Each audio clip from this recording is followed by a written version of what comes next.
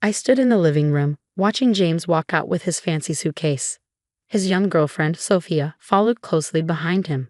The strong scent of her perfume filled the air, mixing with the dinner I had cooked just hours before, the same dinner where my world fell apart. "You're pathetic, Anna," James said coldly, turning back one last time. "No one will believe your crazy accusations. I made sure of that." He tapped his jacket pocket, where his phone held fake messages and proof to make me look unstable. I didn't say a word. After 15 years of marriage, he expected me to cry or beg. But I just sipped my tea, looking at him calmly. "Nothing to say," he mocked. "No more wild ideas about what I've been doing with our money." Sophie giggled and grabbed his arm. "James, baby, let's go. She's not worth it." I set my teacup down. "You're right, James. I have nothing more to say." His face turned red. He hated when I didn't react. He wanted me to be emotional so he could call me crazy. "Good," he snapped. "My lawyer will contact you. Don't expect much. I've covered my tracks." They got into his expensive car and drove away. I waited until the taillights disappeared, then walked straight to his home office.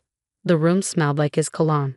His diplomas hung on the wall, showing off his success as a neurosurgeon. I ignored them and went to his desk. The bottom drawer had a hidden compartment. James thought I didn't know about it, but I did. That's where he kept his secret journal. He wrote down everything. Every lie, every stolen dollar, every way he manipulated me. He was so confident that he thought no one would ever catch him. I pulled out the leather-bound book and flipped through the pages. One entry stood out. "Anna's getting suspicious. Told her she's been forgetful. Maybe she needs a doctor." She believed me. So easy to make her doubt herself. I had already seen these pages before. I had copied every single one and sent them to my lawyer. While James was busy making me look crazy, I was quietly collecting proof. Another entry caught my eye. "Sophia is perfect for my plan. She thinks I'll build a life with her after I leave Anna. Poor girl has no clue she's just a pawn. Once I get the hospital board position, I'll need someone better for my image." I closed the journal. James had spent years gaslighting me, convincing me I was wrong about his lies, making me doubt what I saw. But he had made one big mistake. He underestimated me. My phone buzzed.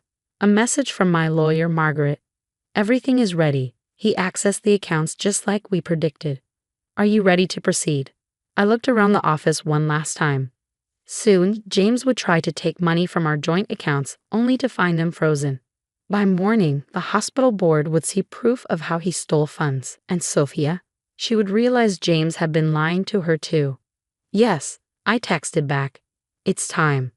I opened the safe behind his expensive painting. Last month, James had changed the lock code, thinking I wouldn't notice. But I had secretly recorded him entering the numbers. Inside the safe were more documents, proof of stolen money, fake hospital records, and secret offshore accounts. For years, James had tried to break me, but every lie only made me stronger. Now I finally had the truth, and I was going to use it. Another text came in, this time from Detective Torres. "Got your evidence. Very thorough. Ready when you are." I smiled. James thought no one would believe me. He was about to find out how wrong he was. I heard cars pull into the driveway. Through the window, I saw Margaret step out of her car, followed by Detective Torres. It was time to show the world who James really was. I gathered the journal and the files, ready to hand them over. James thought he was walking away free, but he had actually left me with everything I needed to take him down. The doorbell rang. It was time to finish this. The next morning, I sat in Margaret's office, watching James's carefully constructed world crumble through a series of increasingly frantic text messages on my phone. "What did you do?" "The accounts are frozen." "Anna, fix this now." "You have no idea what you're doing." Each message grew more desperate than the last. I set my phone aside as Margaret spread the journal's contents across her desk, her experienced eyes scanning each damning page. "This is extraordinary," she said, adjusting her glasses. "Not only did he document the hospital fraud, but he also detailed every step of his plan to discredit you. Most people trying to commit fraud don't create such a thorough record of their crimes." I smiled faintly. James always thought he was the smartest person in the room. He wrote everything down because he never believed anyone would find it, let alone understand the implications. Well, his arrogance is our advantage, Margaret replied, holding up a particularly detailed entry. Look at this. He even recorded the exact amounts he transferred to his offshore accounts. Makes our job much easier. My phone buzzed again. This time it was Sophia. James is freaking out. What's going on? He says you're trying to ruin him. I ignored her message. She'd learn the truth soon enough. Detective Torres entered the office, carrying a thick file. Mrs. Parker, we've verified the offshore account numbers from the journal. Every transaction matches the evidence we gathered. Your husband wasn't just embezzling from your joint accounts, he was stealing from the hospital's research fund. I thought about all the times James had come home late, claiming he was working on crucial research. How many of those nights had he actually spent falsifying records and moving money? What happens next? I asked, my voice steady. The hospital board is reviewing the evidence now, Detective Torres replied. Given the amount of money involved and the detailed nature of your husband's records, they're taking this very seriously. As if on cue, my phone lit up with a news alert, prominent neurosurgeon under investigation for financial fraud. The story was already breaking. Margaret handed me a cup of coffee. Are you ready for phase 2? Once we file these documents with the court, there's no going back. I took a sip, remembering the night 6 months ago when I first discovered the journal. I'd been looking for a missing earring in his office when I found it, hidden away in that false drawer. Reading those pages had been like having every suspicion, every doubt I pushed aside confirmed in black and white. I'm ready, I said firmly. File everything. The next few hours passed in a blur of activity. Margaret's team worked efficiently, submitting document after document to the courts. Each piece of evidence was another nail in the coffin of James' reputation. Around noon, my phone rang. James's mother, Eleanor. Anna dear, her usually imperious voice trembled slightly. Please tell me these horrible stories aren't true. The hospital called James in for an emergency board meeting, and now I'm seeing all these dreadful news reports. Have you asked James about it? I kept my tone neutral. Eleanor had always favored her son, dismissing any suggestion that he might be less than perfect. He's not answering his phone, she admitted. And that girl he's been seeing, Sophia, she's making quite a scene at the hospital, demanding to know what's happening. I almost felt sorry for Sophia, almost. Everything will become clear soon, Eleanor, I said quietly. Just prepare yourself. As I ended the call, Detective Torres returned with an update. Your husband's trying to access the offshore accounts. He's getting desperate. And Sophia? Left the hospital in tears after security escorted her out. Apparently, she was threatening to expose some of his secrets unless he paid her what he promised. I nodded, unsurprised. Sophia had always struck me as more calculating than the besotted girlfriend she pretended to be. The afternoon brought more developments. The hospital board had suspended James pending investigation. His carefully cultivated reputation was unraveling faster than he could spin new lies. Finally, around 4 o'clock, he appeared at Margaret's office, barging in unannounced. He'd lost his usual polished appearance, his shirt was wrinkled, his hair disheveled. You vindictive witch, he snarled when he saw me. What have you done? I met his gaze calmly. I haven't done anything, James. You did this to yourself. Those journals were private, he shouted. You had no right. To what? I interrupted. To expose your fraud? To prove I wasn't crazy or paranoid? To show everyone exactly who you really are. Margaret stepped forward. Mr. Parker, I suggest you leave now and direct all future communication through your lawyer. James's face contorted with rage. This isn't over, Anna. No one will believe. They already do, I cut in, sliding a copy of the day's news coverage across the table. Your own words, James. Every lie, every manipulation, every crime, all in your own handwriting. He stared at the papers, the color draining from his face as he finally realized the extent of his exposure. His hands shook as he picked up one of the articles. You'll regret this, he threatened, but his voice had lost its power. I stood up, gathering my belongings. No, James. The only thing I regret is not doing this sooner. As security escorted him out, I watched through the window as his world continued to collapse. His phone rang incessantly, probably the hospital board. His lawyers, maybe even Sophia, all demanding explanations he couldn't give. Detective Torres appeared at my side. The hospital's pressing charges. With the evidence from the journal and the financial records, he's looking at serious time. I nodded, feeling a strange mix of sadness and relief. The man I'd married, the life I thought we had, it had all been a carefully constructed lie. But now finally, the truth was coming out. You did the right thing, Margaret assured me, gathering the documents into a secure file. Phase 2 was complete. Are you ready for what comes next? I took a deep breath. Yes. It's time everyone knew the whole story. The media storm hit harder than I'd expected.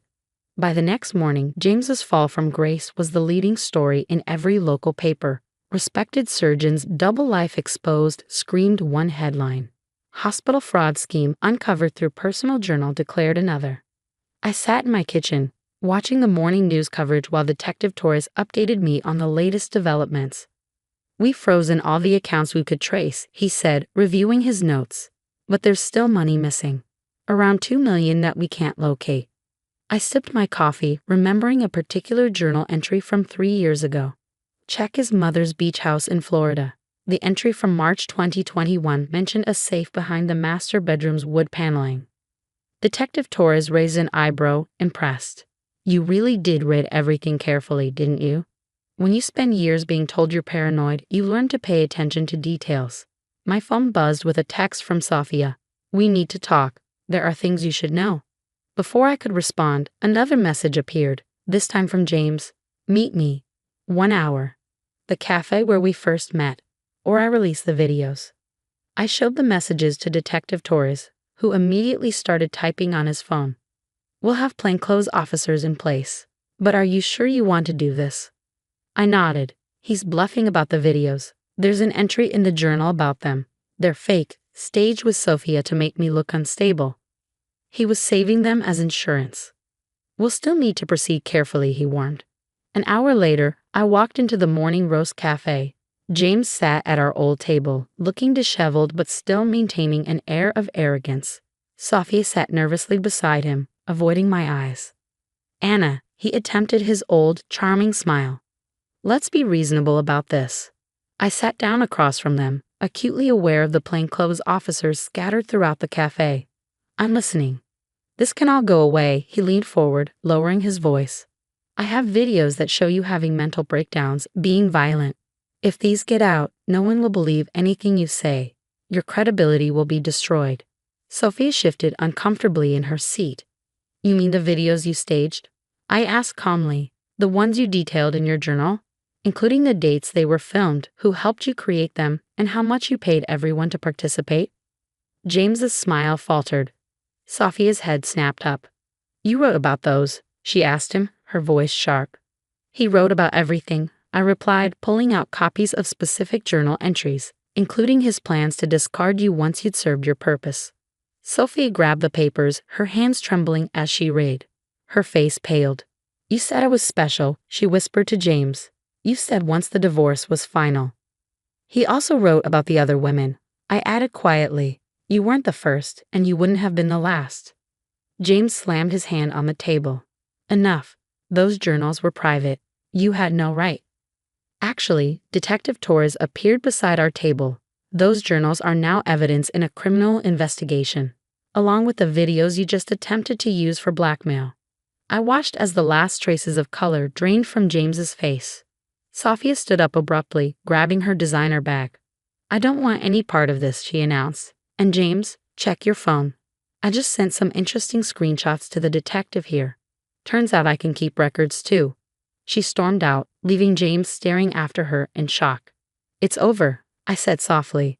The board has the evidence of your embezzlement. The police have proof of your fraud. Everyone knows the truth now. You've ruined everything, he hissed. No, James, you did that yourself. Every time you wrote in that journal, every time you convinced yourself you were too clever to get caught, you were building the case against yourself. Detective Torres placed a hand on James's shoulder. Mr. Parker, we need you to come with us.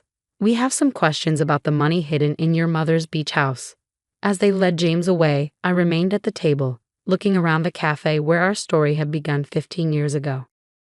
Back then, I thought I found someone who valued and respected me. Instead, I'd married a man who spent years trying to make me doubt my own sanity. My phone buzzed with a message from Margaret. Hospital board meeting tomorrow. They want you to testify. I typed a quick reply. I'll be there. Tomorrow I would tell my story, not as the unstable woman James had tried to paint me as, but as someone who had found the strength to expose the truth. And I had his own words to back me up, every step of the way. The journal that was meant to document his triumph had become the instrument of his downfall, and there was a certain poetry in that. The hospital board meeting was held in a stark conference room, its walls lined with awards and accolades, many of them bearing James's name. As I prepared to testify, I watched them take down his framed achievements one by one. Mrs. Parker, the board chairman began, "We've reviewed the evidence you provided, but we'd like to hear from you directly about what you discovered." I opened the journal to the first flagged page. It started 3 years ago. James began documenting discrepancies in the research fund accounts. At first, small amounts, 10,000 here, 20,000 there. But it grew. The board members listened intently as I walked them through James's detailed records of his fraud. Every transaction, every falsified research report, every manipulated budget, all meticulously documented in his own handwriting. The total amount, I concluded, comes to just over $4 million. Most of it has been recovered from various accounts, including the safe in his mother's beach house.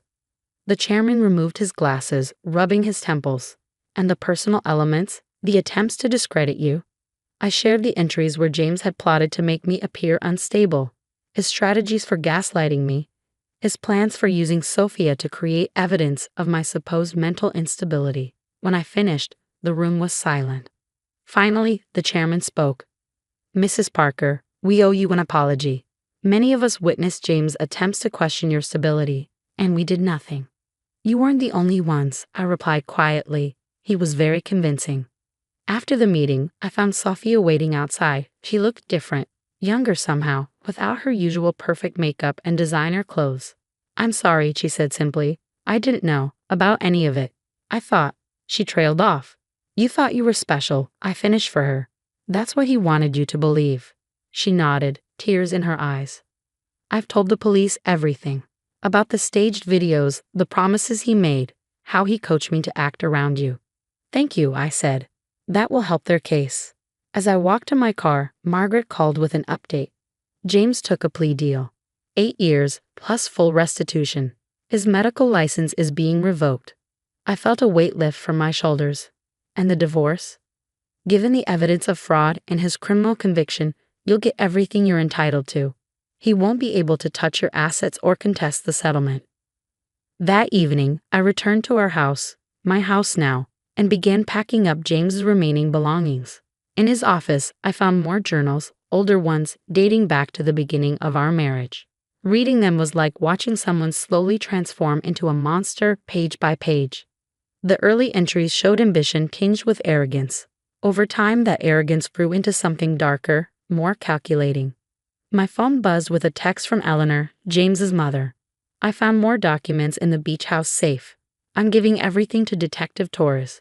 I'm so sorry, Anna. I should have seen who he really was." I set the phone down and continued packing, coming across photos from happier times, our wedding, vacations, hospital galas. In each one, I could now see what I'd missed. The calculated look in James's eyes, the way he positioned himself to be the center of attention, how I seemed to fade into the background. But I wasn't that person anymore. 6 months later, I stood in the newly renovated living room of my house. Gone were the pretentious artworks James had insisted on, replaced by pieces that brought me joy. His dark leather furniture had been exchanged for comfortable, bright pieces that made the space feel like home.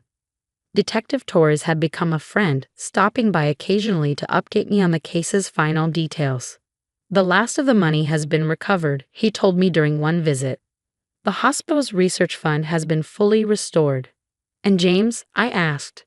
"Adapting poorly to prison life, from what I hear, keeps insisting everyone's conspiring against him." I thought about the journal that had started it all, now safely stored as evidence. He never understood that his biggest enemy was himself. Margaret called with one final piece of news. "The divorce is official. You're free." Free, the word echoed in my mind as I looked around my home. Free from the gaslighting, the manipulation, the constant self-doubt. Free to be myself again. I'd started volunteering at a support group for victims of psychological abuse, sharing my story to help others recognize the signs I'd missed for so long. Some of the women there had similar stories of manipulation, of carefully documented lies, of the strength it took to break free. My phone buzzed with a message from Sophia. Testified against James today. Thought you should know, he still doesn't get it. Still thinks he's the victim. Thank you for showing me the truth. I smiled, remembering James's sneering words that night. No one will ever believe your stories. But they had believed, because in the end it wasn't just my word against his. It was his own words, his own detailed records of his crimes that had revealed the truth. I walked to my bedroom window, watching the sunset paint the sky in brilliant colors. The journal that James had kept as a trophy of his cleverness had become the key to my freedom. Sometimes I realized the truth has a way of coming out, one page at a time. Time to write my own story, I whispered to myself and opened my laptop to begin.